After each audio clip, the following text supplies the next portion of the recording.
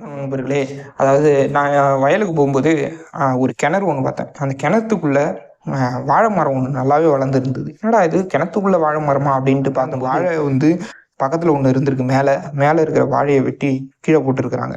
அப்போ அது என்ன பண்ணுது, அந்த வாழை வந்து நல்லாவே வளர்ந்து வந்திருக்குது. அந்த வளர்ந்து வந்த வாழை வந்து அதுக்கு தேவையான உணவு ஆனது ஒளிச்சேர்க்கையின் மூலம், சூரிய ஒளி மூலம் ஒளிச்சேர்க்கையா எடுத்துக்கொண்டு, அப்புறம் மழை தண்ணி விழறதுனால, அந்த மழை தண்ணிய எடுத்துக்கிட்டு அது நல்லாவே வளர்ந்துருக்குது. அப்போ அந்த இடத்துல அந்த கிணத்துல வந்து மக்கும் குப்பைகள வந்து கொட்டியிருக்கிறாங்க. அந்த இலைதழைகள் அதெல்லாம் கொட்டுறதுனால என்ன ஆயிருக்குது, அது நல்லா மெத்த மாரி இருக்கிறதுனால, நல்ல ஒரு காற்றோட்டம் உயிர்கள வந்து அந்த மக்குகள செரிக்க வச்சு, நல்ல வந்து நொதித்தல் மூலியமா அது செரிச்சு, அது வந்து நல்லா வந்து அந்த மரத்துக்கு தேவையான ஊட்டச்சத்துக்கள், பேரூட்டச்சத்துக்களும், நுண்ணூட்டச்சத்துக்களும் குடுத்துருக்கு. அதனால இதுலேருந்து என்ன தெரியுதுன்னா, அதாவது விதைகளே பேராயுதம். அதாவது நம்ம பு போ மண்ணுல விதைக்கிற விதையானது தரமா இருந்ததுன்னா, நம்ம வந்து நம்ம கிடைக்கிற மகசூலும் நல்லாருக்கும். நமக்கு எந்த ஒரு நோய் தொற்றுதல் அதிகமா வராது.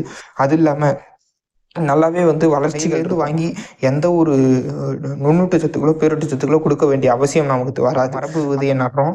அதில வந்து களை எடுத்தல், அறுவடை இந்த செயல்முறை தான் நம்ம வந்து ரெகுலரா பண்ணும்போது நமக்கு வந்து அங்ககச்சத்துக்கள் அதிகரிக்கும்.